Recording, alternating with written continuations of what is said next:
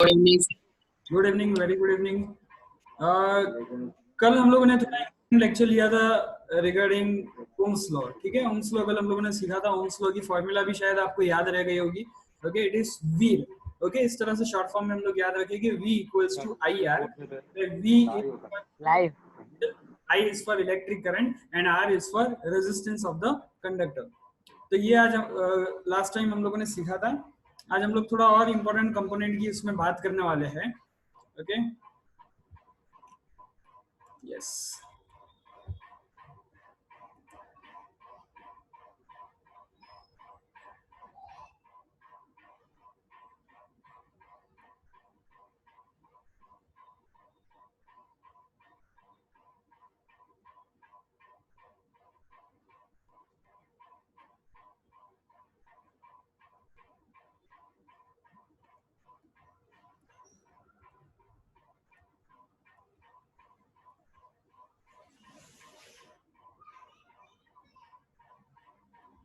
Okay, काफी सारे numerical ये चैप्टर में आ रहे हैं। लेकिन न्यूमेरिकल का lecture one and all numericals मतलब फिजिक्स के रिलेटेड मैथमेटिकल सम्स। ओके, तो ये जितने भी चैप्टर के न्यूमेरिकल्स है ये साथ ही साथ हम लोग लास्ट में रखेंगे। अभी हम लोग जस्ट इसके साथ साथ नहीं कर पाएंगे, पैरेलल नहीं कर पाएंगे, मिक्सअप हो जाएगा सब कुछ। तो एक बार आपको फॉर्मूला पक्का हो जाए, बाद में हम लोग सारे न्यूमेरिकल एक साथ सॉल्व आउट कर सकते हैं। और प्रोबेबली मैं सोच रहा हूँ कि यही संडे उसका लेक्चर रखेंगे, बहुत जरूरी होगा क्योंकि न्यूमेरिकल भी हमको साथ साथ में सॉल्व करना है।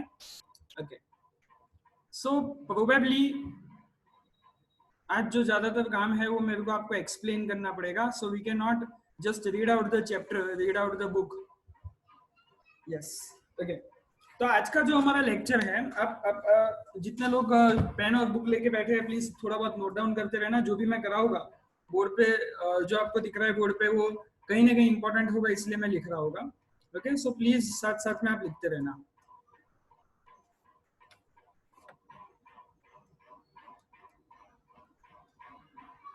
ओके, तो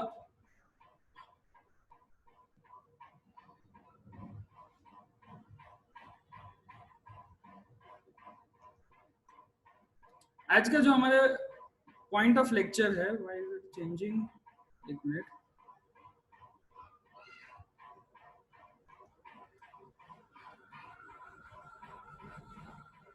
ओके, आज जो हम लोग तीन चीज जो सीखने वाले हैं उसमें थोड़ा हम लोग आज रेजिस्टेंस के ऊपर वापस से बात करेंगे।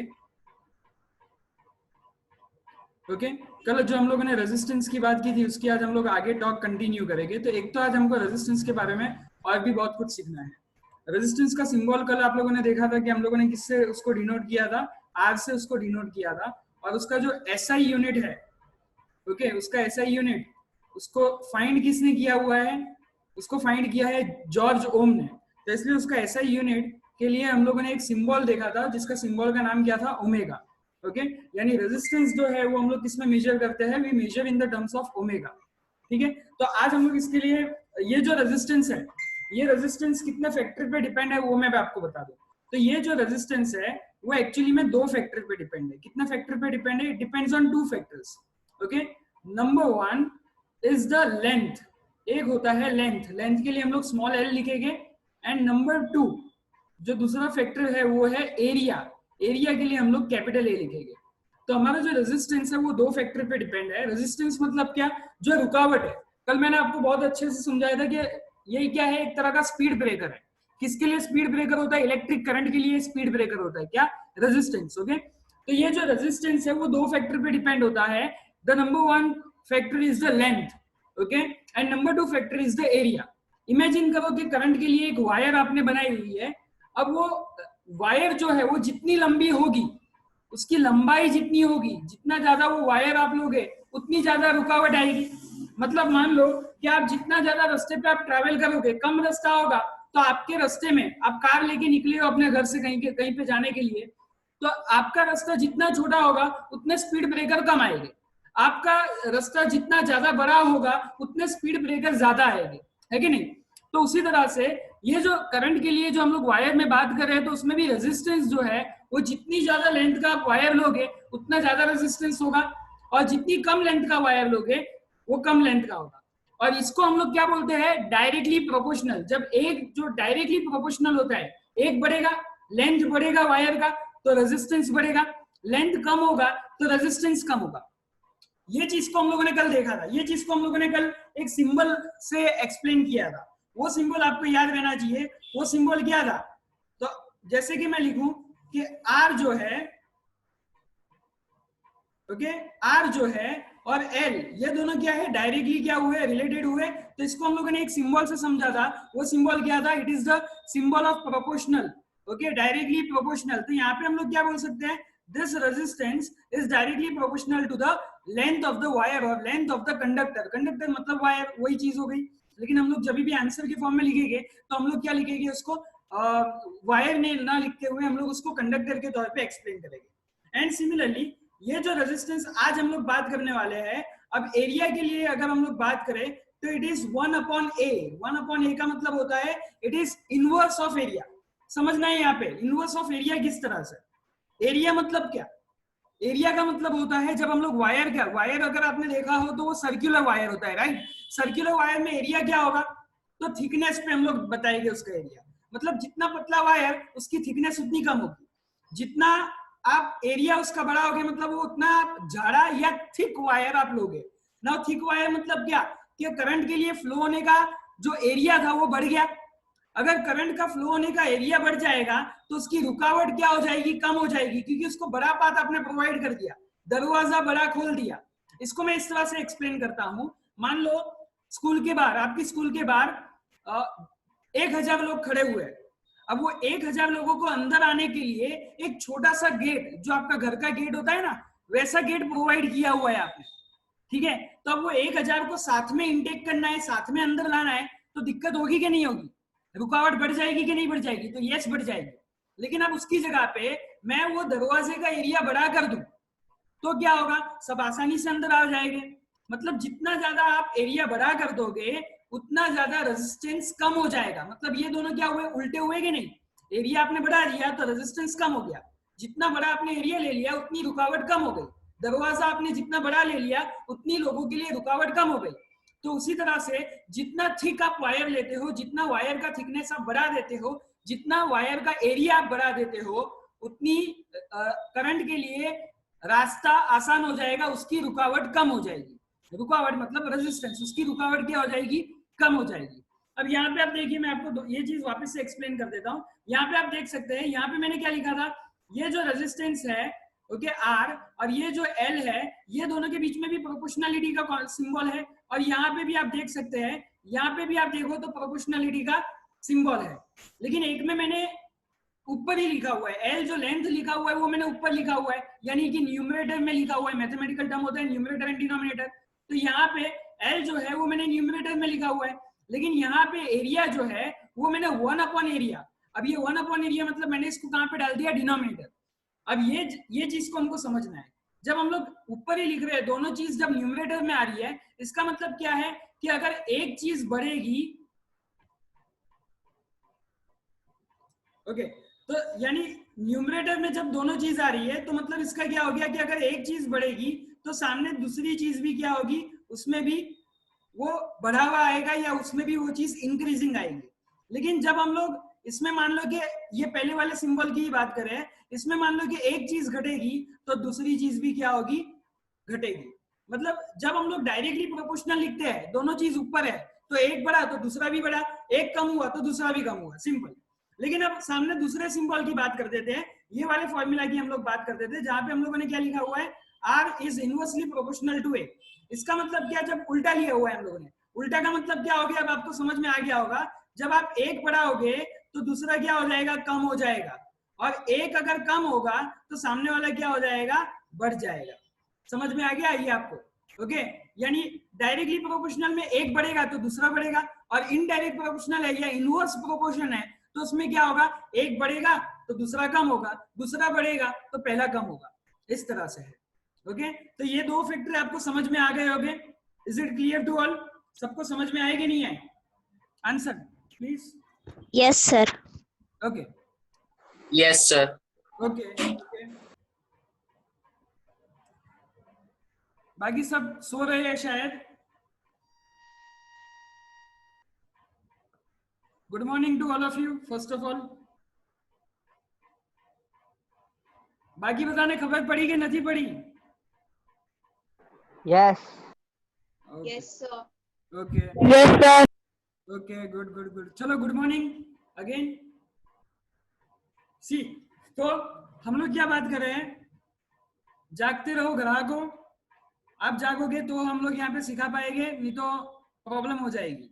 ओके, तो हम लोग क्या यहाँ पे समझ रहे हैं, समझना वापस से. हम लोगों ने क्या बोला, दो चीज पे बात की ना, कि हमारा जो रेजिस्टेंस है, पहले हम लोगों ने बात की it is directly proportional to L, और दूसरी चीज में हम लोग बात की कि रेजिस्टेंस इज इनवर्स प्रोपोर्शनल. इसको क्या लिखेंगे, जब हम लोग उल्टा लिखेंगे तो इसको अगर हमको वर्ड में बोलना है तो हम लोग क्या बोल पाएंगे, इट इज इनवर्स प्रोपोर्शनल. इसको हम लोग क्या बोलेंगे, पहले स्टेटमेंट को डायरेक्ट प्रोपोर्शनल, और इसको हम लोग क्या बोलेंगे, इनवर्स प्रोपोर्शनल. अब ये दोनों स्टेटमेंट जो है वो दोनों किसके लिए बनाए गए हैं, तो दोनों बनाए गए हैं रेजिस्टेंस के लिए, राइट. पहला वाला जो भी स्टेटमेंट है वो भी रेजिस्टेंस का है, दूसरा वाला स्टेटमेंट भी रेजिस्टेंस का है. मतलब अगर मेरे को दोनों को कंबाइन करके लिखना हो, 1 और 2 को, ओके, तो 1 और 2 को मैं कंबाइन करके कैसे लिख सकता हूं, देखो अब मैं साथ में लिखने जा रहा हूं, ध्यान देना. कंबाइनिंग इक्वेशन 1 और 2, so resistance is directly proportional to L and inversely proportional to area. समझ में आया ये चीज किस तरह से लिखा? Resistance directly proportional to L था, resistance inversely proportional to A था, दोनों इक्वेशन को कंबाइन करके लिखा. मतलब आर जो है वो सीधा जाएगा एल के पास और उल्टा आएगा ए के पास, दोनों को खाली कंबाइन करके मैंने लिखा हुआ है. ओके, अब ये अगेन क्या बन जाती है, ये अगेन मेरी क्या बन जाती है, मैथमेटिकल इक्वेशन बन जाती है. This again becomes the mathematical equation. और जब भी मैथमेटिकल इक्वेशन हो तो ये चीज ध्यान रखना, कल हम लोगों ने एक और मैथमेटिकल इक्वेशन की बात की थी जहां पे प्रोपोर्शनलिटी की साइन हटा के हम लोगों ने उसमें क्या लगाया था, इक्वल टू लगाया था. याद हो तो सब, उसमें किस कौन सा लॉ था वो हम लोगों ने किया था, वो ओम्स लॉ. ओम्स लॉ में क्या देखा था हम लोगों ने, देखो मैं यहाँ पे लिख के बता रहा हूँ आपको. ओम्स लॉ में हम लोगों ने क्या लिखा था, V is proportional to I, ये था. फिर दूसरे स्टेप में मैंने प्रोपोर्शनलिटी की साइन हटाई दी और उसकी जगह पे क्या कर दिया था, इक्वल टू रख दिया था. लेकिन ये इक्वेशन तो गलत हो जाएगी, डायरेक्टली हम लोग इक्वल टू रख नहीं सकते, तो उसकी जगह पे मेरे को क्या लगाना पड़ा, एक कांस्टेंट लगाना पड़ा था जो R. That is R. Good. Okay, वो R था. Okay, so that was R. सो ये इक्वेशन हमारी कल परफॉर्म हुई थी, तैयार हुई थी, V equals to I R. तो सिमिलरली इसी तरह से हमारी एक इक्वेशन अभी तैयार हो चुकी है जहां पे R जो है that is proportional to L upon A. लेकिन अब अगर इसको मेरे को मैथमेटिकल फॉर्म में कन्वर्ट करना है तो व्हाट शुड आई डू, तो I should replace the proportionality sign. Okay, I should write equal to instead of proportionality sign, we can say. Okay, तो अब मैं क्या लिख दूंगा, अब मैं लिख दूंगा प्रोपोर्शनलिटी की जगह पे इक्वल टू और L अपॉन A आ जाएगा. क्या ये सही है? तो आप बोलोगे नहीं सर ये सही नहीं है. The reason behind that is कि अभी भी हम लोगों ने एक प्रोपोर्शनलिटी कांस्टेंट नहीं लगाया हुआ है, प्रोपोर्शनलिटी कांस्टेंट लगाना पड़ेगा. तो यहाँ पे समझिए वो प्रोपोर्शनलिटी कांस्टेंट क्या है, तो वो प्रोपोर्शनलिटी कांस्टेंट को हम लोग इस तरह से लिखेंगे. ओके, इसको हम लोग, ये ग्रीक लेटर है, ऐसे आपको लिखना है, ठीक है, इस तरह से आपको सिंबल बनाना है. पी करो, पी करके थोड़ी सी उसको छतरी बना देनी है. पी किया, पी के नीचे थोड़ी छतरी बना दो, ठीक है. इसको हम लोग बोलते हैं रो. ओके, क्या बोलते हैं, rho, RO. It is a Greek alphabet, it's name is rho, RO. जैसे कल हम लोगों ने ग्रीक अल्फाबेट देखा था, आपको याद हो, ओमेगा, है ना, वैसे ही ये भी एक ग्रीक अल्फाबेट है जिसको हम लोग प्रोनाउंस क्या करेंगे, RO, that is rho. Okay, तो ये आपकी एक रेजिस्टेंस की नई फॉर्मूला बन गई. ओके, ये भी आपको एक इंपॉर्टेंट फॉर्मूला के तौर पे याद करनी है, ठीक है.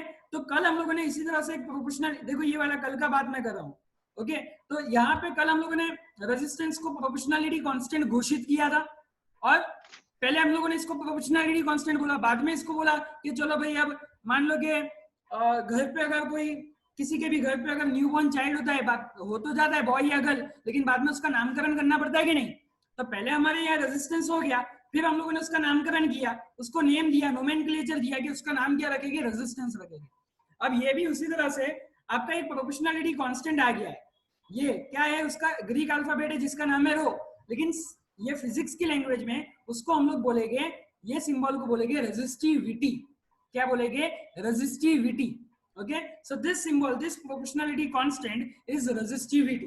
ओके, सो लिख लीजिए जो भी है दिया हुआ है, ये चीज में आप लिख सकते हो, जिनको लिखना है वो लोग नोट डाउन कर सकते हो, सारा का सारा इंपॉर्टेंट है.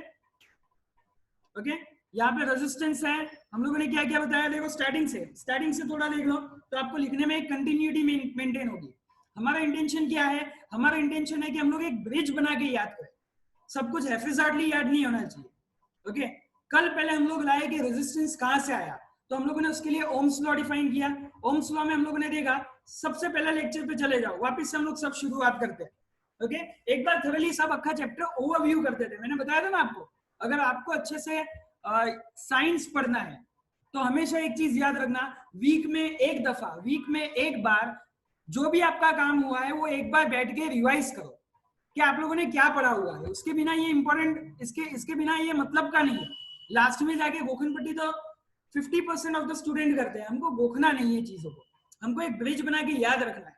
ओके, अक्खा चैप्टर आपको कोई आधी रात को भी उठा के पूछे कि भाई बताओ मेरे को सीक्वेंस क्या आता है, तो वो आधी रात को भी आपको याद होना चाहिए कि सर ने क्या सिखाया था। तो सबसे पहले हम लोगों ने क्या सीखा था, तो सबसे पहले हम लोगों ने इलेक्ट्रिसिटी नाम के शब्द से चालू किया था। इलेक्ट्रिसिटी में हम लोगों ने क्या चीज की थी कि इलेक्ट्रिसिटी को समझना मुश्किल है, उससे पहले हमको क्या समझना पड़ेगा, इलेक्ट्रिक करंट को समझना पड़ेगा। वो भी हम लोगों ने क्या बोला कि उसको भी हम समझ नहीं सकते, तो इलेक्ट्रिक करंट से पहले हमको क्या समझना पड़ेगा, इलेक्ट्रिक चार्ज को समझना पड़ेगा। वहां पे हम लोगों ने दो ग्रुप पाले थे, दो ग्रुप किए थे। दो ग्रुप में हम लोगों ने बताया था कि इलेक्ट्रिक चार्ज, जब हम लोग एटम के अंदर की बात करते हैं तो इलेक्ट्रिक चार्ज, हमको ये वर्ड का मतलब पता है कि ये दो टाइप के कुछ चार्जेस होते हैं, जिसमें पहला चार्ज जो होता है वो पॉजिटिव चार्ज होता है और दूसरा चार्ज जो होता है वो नेगेटिव चार्ज एटम के अंदर होता है। पॉजिटिव चार्ज वाले सब एटॉमिक पार्टिकल, याद रखो, सब एटॉमिक पार्टिकल, पॉजिटिव चार्ज वाले सब एटॉमिक पार्टिकल को क्या बोलते हैं हम लोग, प्रोटॉन बोलते हैं। प्रोटॉन।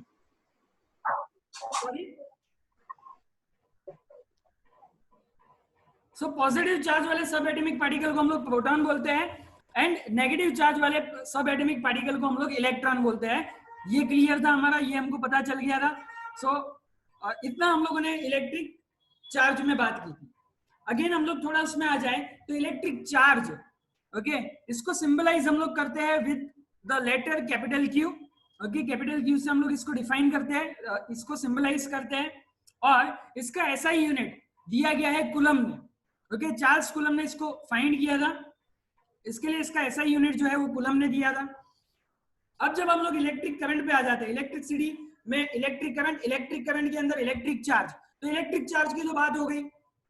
ऊपर आ जाओ, इलेक्ट्रिक करंट, तो इलेक्ट्रिक करंट क्या था, it is the flowing of the electric charge in any area in a unit time, in the given area in a unit time. तीन चीजें थी, मैंने आपको बताया था। इलेक्ट्रिक करंट क्या होता है, तीन चीजें। Electric current is what, electric charge flowing through a given area in a unit time. Okay, in a unit time मतलब जो भी टाइम आपको, एक यूनिट, एक सेकेंड, एक आवर जो भी आपको दिया हो, उसमें जब आप मेजर करोगे that becomes your electric current. यानी इलेक्ट्रिक करंट में क्या क्या आएगा, तीन चीजें आएगी। एक तो इलेक्ट्रिक चार्ज आएगा क्योंकि इलेक्ट्रिक चार्ज को फ्लो कराना है, दूसरा क्या आएगा, एरिया आएगा, और तीसरा क्या आएगा, टाइम आएगा। एरिया तो आपको खैर गिवन है, तो अब बची कितनी चीज, दो चीज। कौन सी दो चीज, तो electric charge and time, right. So electric current का फॉर्मूला क्या हो जाएगा, जिसको हम लोग सिंबलाइज करेंगे आई से, वो हो जाएगा I equals to Q upon T. ये इलेक्ट्रिक करंट में हम लोगों ने बात की थी, इतना सब कुछ शायद क्लियर होगा। तो ये चीज हम लोगों ने पहले बात की थी। फिर सेकेंड लेक्चर जब हम लोगों ने संडे के दिन यूट्यूब पे रिकॉर्डेड लेक्चर भेजा था, वो रिकॉर्डेड लेक्चर में हम लोगों ने इलेक्ट्रिक पोटेंशियल को समझाने की कोशिश की थी।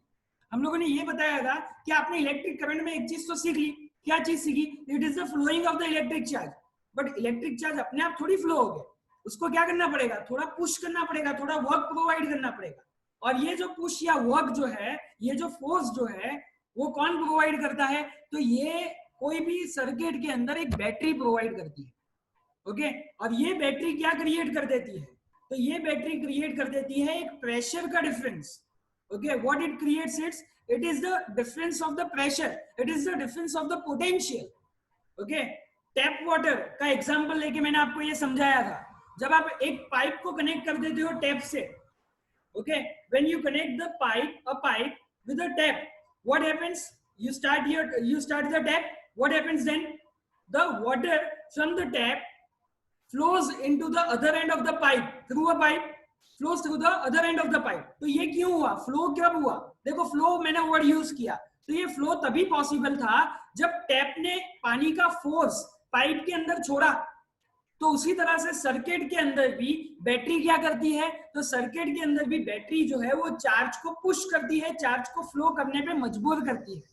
ओके, तो वो जो हो जाता है उसको हम लोग क्या बोलते हैं, इलेक्ट्रिक पोटेंशियल बोलते हैं। क्या बोलते हैं, इलेक्ट्रिक पोटेंशियल। और वो जो चीज क्रिएट होती है उसको हम लोग इलेक्ट्रिक पोटेंशियल डिफरेंस बोलते हैं, जिसको हम लोग सिंबलाइज करते हैं by the letter capital V. Okay, electric potential को हम लोग उस तरह से सिंबलाइज करते हैं। ये अक्खा मैं रिवीजन करा रहा हूँ। देखो, मैं आपको बोल सकता हूँ कि यूट्यूब पे जाके मेरा ये वीडियो देख लो, वो वीडियो देख लो, लेकिन मैं नहीं चाहता। हम लोग यहाँ पे हमारा समय देके ज्वाइन हुए, तो हमारा एक ड्यूटी बनती है कि हम लोग एक एक चीज को क्लियर करें, ताकि जब आपने देखो सुना होगा ना, तब एग्जाम में आप कुछ वर्ड्स भूल भी जाओगे तो इतना मैटर नहीं करेगा अगर आपने मेरी लेक्चर को अच्छे से याद रखा होगा। ओके, इसलिए मैं बार बार रिवीजन करने के लिए आपको बोल रहा हूँ। तो हम लोगों ने ये वी का बात देखा, आई का बात देखा। अब आया जॉर्ज ओम। जॉर्ज ओम ने आगे क्या बोला कि भाई मैंने वी पढ़ लिया, मैंने आई पढ़ लिया, तो भाई वी और आई में कुछ ना कुछ रिलेशन है।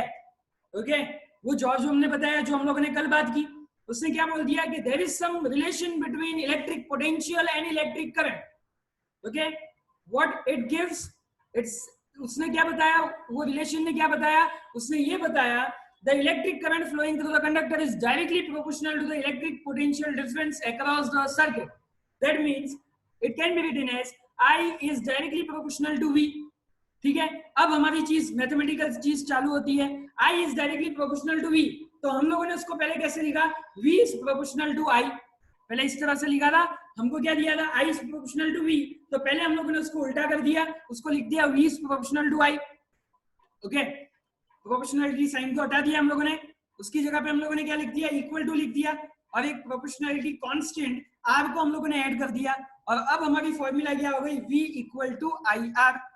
ओके, अब हम लोगों ने क्या किया, अलग अलग तरीके से उसको खाली आगे पीछे किया।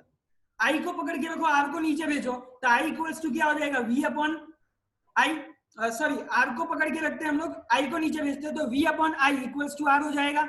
ठीक है, आई को पकड़ के रखते हैं, आर को नीचे भेजते हैं, तो V upon R equal to I हो जाएगा। अब ये दो तीन फॉर्मूला बनाने के बाद हम लोगों ने यहाँ पे रेजिस्टेंस के बारे में बात की। रेजिस्टेंस क्या होती है कि एक रुकावट होती है सर्किट में। ओके, और इस तरह से हम लोगों ने ये चैप्टर कल तक हम लोगों ने देखा था। ठीक है, देखो मैं भी जब आपसे बात कर रहा हूँ, ये जितना भी मेरे को सीक्वेंस याद है, मैं कोई बुक में से देख के नहीं बोल रहा हूँ। ये अक्खा क्या हुआ है कि जैसे मैंने इसको थरा किया हुआ है आपको समझाते वक्त, तो आपको भी एक मगज में मेंटली इसकी एक ब्रिज बना देनी है। ओके, कि क्या क्या चीज आती है, नहीं आती है आपको, शायद मेरे जैसा आप बोलोगे कि सर आप तो मतलब 2-3 या 5-6 साल से पढ़ा रहे हो, तब आपको ये, ऐसा कुछ भी जरूरी नहीं है। मेरे खुद के एजुकेशन के टाइम पे मैं एक ब्रिज बना लेता था, उसको पहले लिख देता था। लेक्चर 1 मैंने क्या चीज सीखी, लेक्चर 2 मैंने क्या चीज सीखी, लेक्चर 3 मैंने क्या चीज सीखी, और बैठ के मैं रिवाइज करता था। ओके, क्लास में हम लोगों की एक ड्यूटी होती थी कि क्लास में हम लोग 10 मिनट पहले पहुंच जाते थे। ओके, और क्लास में 10 मिनट, यानी स्कूल की क्लास में हम लोग 10 मिनट पहले पहुंच जाते थे। स्कूल का जो ऑनबोर्ड टाइम होता था 7 बजे का, हम लोग लगभग 6:45 तक वहां पे पहुंच जाते थे, मैं और मेरे 2-3 दोस्त। ये मैं जस्ट आपसे शेयर कर रहा हूँ क्योंकि मैं आपको एक टिप प्रोवाइड करना चाहता हूँ कि किस तरह से हम लोग ये चीज को शेयर करते थे। तो हम लोग 6:45 के अराउंड में हम लोग 3-4 दोस्त पहुंच जाते थे। अब वहां पे हम लोग पहुंच के ये चीज को डिस्कस करते थे कि भाई चलो चैप्टर नंबर 12 को खाली जस्ट रिवाइज कर लेते, क्या क्या सीखा हम लोगों ने। तो इस तरह से जैसे मैं आपके साथ डिस्कस कर रहा हूँ, आपके साथ बोल रहा हूँ, वैसे ही हम लोग एक दूसरे के साथ इस तरह से बोलते थे। और खाली हम लोग एक दूसरे से वर्बल जब टॉक करते थे, तो हम लोगों का अक्खा चैप्टर ओरली मुंह पे हो जाता था। अब आप समझो, इसको निकालने के लिए, ये चैप्टर को डिस्कस करने के लिए कितना टाइम लगता है, 15 मिनट 20 मिनट ज्यादा से ज्यादा, लेकिन वो 20 मिनट का टाइम भी हम लोग निकाल नहीं पाते। ठीक है, तो मैं चाहूंगा कि जब हम लोग फिजिकली मीट करें, आप भी इसी तरह से हमारी क्लासेस पे जल्दी पहुंच जाते हो। मैं सब बच्चे को ये एडवाइस करता हूँ कि आप 15-20 मिनट्स क्लासेस पे अर्ली पहुंच जाओ, पार्किंग की जगह पे जाके डिस्कस करो चैप्टर को। ओके, तो उससे क्या होता है, जब आप सुनोगे, मान लो कि मैं बोल रहा हूँ, मैं कोई पॉइंट मिस कर गया, तो मेरे को कौन सुधारेगा, मेरा दोस्त सुधारेगा, वो पॉइंट मेरे को याद आ जाएगा, अरे हाँ मैं मिस कर दिया। एग्जाम के बैठते वक्त आपने लिखा होगा वो याद नहीं होगा, मैंने समझाया होगा वो याद नहीं होगा, लेकिन एग्जाम में बैठे हुए आपने आपके दोस्त से जो सुना होगा कि ये पॉइंट तूने भाई मिस कर दिया था, वो आपको पॉइंट जरूर से याद होगा। Okay, so this are some of the tips you can apply. Okay, आज के टाइम पे हम लोगों ने क्या सीखा, अब उस पे आ जाते हैं। मैं आपको फटाफट जस्ट गो थ्रू करा देता हूँ आज का लेक्चर। ओके, मैंने आज के टाइम पे क्या चालू किया, आज का जो लेक्चर है उसमें क्या चालू किया, रेजिस्टेंस की बात चालू की। रेजिस्टेंस में हम लोगों ने बोला कि resistance of the conductor depends on the two things, length of the conductor and area of the conductor. The resistance of the conductor depends on the two things, the length of the conductor. See, जो मैं बोल रहा हूँ, okay, वो ही आपका एक answer है। Okay, तो ध्यान से सुनिएगा। The resistance of the conductor is directly proportional, sorry, first of all इसका इंट्रो देंगे हम लोग, इंग्लिश में देते हैं ना, इंग्लिश में IBC होता है, इंट्रोडक्शन, बॉडी एंड कंक्लूजन। तो पहले हम लोग इंट्रोडक्शन देते हैं ये चीज का। इंट्रोडक्शन में क्या लिखेंगे हम लोग, the resistance, we know that the resistance of the conductor depends on the two things. Number one, it depends on the length of the conductor. Number two, it depends on the area of the conductor. Okay, second point, the resistance of the conductor is directly proportional to the length of the conductor. So we can write what? So we can write R is proportional to L. Second, the resistance of the conductor is inversely proportional to the area of the conductor. So we can write what? We can write resistance is inversely proportional to 1 upon A. So R is inversely proportional to 1 upon A. Proportional to 1 upon A. ये लिख लिया। Now equation 1, resistance is directly proportional to L. Number 2, resistance is inversely proportional to 1 upon A. Combining both equation, okay, from equation 1 and from equation 2, we can write R is proportional to L upon A. Okay, next step, R equals to rho L upon A, where rho is called the proportionality constant and this rho is called the resistivity. Okay, this rho is called what? The resistivity of the conductor. Okay, screenshot लेना है ले लो, लिखना है कहीं पे लिख दो।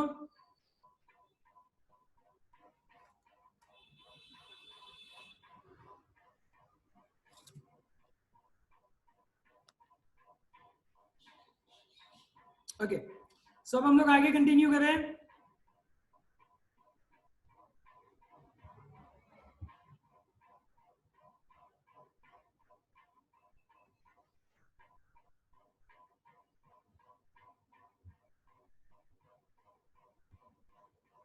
Okay, अब जो आगे का लेक्चर होगा वो समवॉट और भी इंपॉर्टेंट होने वाला है, बट ऑब्वियस है। अभी तक हम लोग सर्किट के अंदर एक ही रेजिस्टेंस की बात कर रहे थे। अब जो आगे का चैप्टर आएगा उसमें देखो, मैं आपको जस्ट एक फिगर बताना चाहता हूं। यहाँ पे देखिए आप लोग, यहाँ पे आप देख सकते हैं, हम लोग एक एक टॉपिक को ब्रीफ में थोड़ा समझना चाहते हैं, इसलिए मैं ज्यादा टाइम ले रहा हूँ आप लोगों का।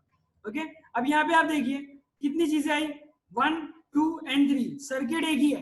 ये देखिए, ये बैटरी पहचानते हो ना आप, ये बैटरी, ये की, ये एमीमीटर, ये वोल्टमीटर, ये करंट फ्लो हो रहा है। लेकिन यहाँ पे रेजिस्टेंस कितने हैं, यहाँ पे रेजिस्टेंस एक से ज्यादा लिए हुए हैं। कितने रेजिस्टेंस लिए हुए हैं? नंबर 1, नंबर 2, नंबर 3, तो 3 रेजिस्टेंस लिए हुए हैं। यानी अब हमारा नया टॉपिक चालू होता है जहां पे हम लोगों को सीखना है कॉम्बिनेशन ऑफ द रेजिस्टेंस। क्या सीखना है? It is the combination of the resistance. ये हमारा एक नया टॉपिक चालू होने वाला है। ओके, तो अब ये कॉम्बिनेशन में 2 टाइप के कॉम्बिनेशन है जो हम लोग सीखने वाले हैं। एक होगा द रेजिस्टर इन सीरीज और दूसरा जो होगा वो होगा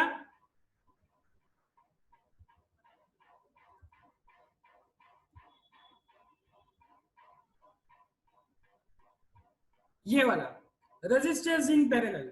तो अब हमारे नए 2 टॉपिक आएंगे, register in series and register in parallel. Okay, so ये 2 टॉपिक हम लोग सीखने वाले हैं अब। डन, इतना सबको शायद क्लियर होगा आई गेस। रेजिस्टिविटी के लिए हम लोगों ने बात की, रेजिस्टेंस की बात की, बहुत कुछ आज बात की है। ओके,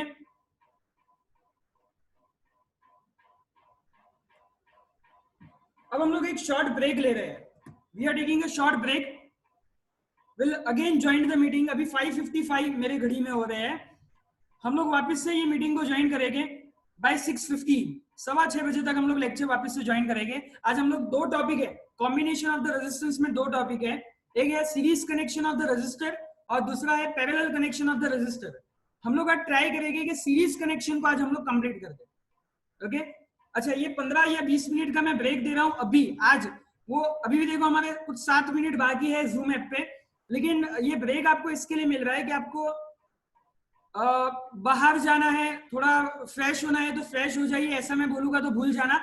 ये ब्रेक मैं आपको इसके लिए दे रहा हूं कि जितनी भी चीज मैंने कराई है वो जस्ट आप रिवाइज कर लो, जो भी फॉर्मूला मैंने कराई है वो जस्ट आप रिवाइज कर लो, उसके लिए मैं ब्रेक दे रहा हूँ।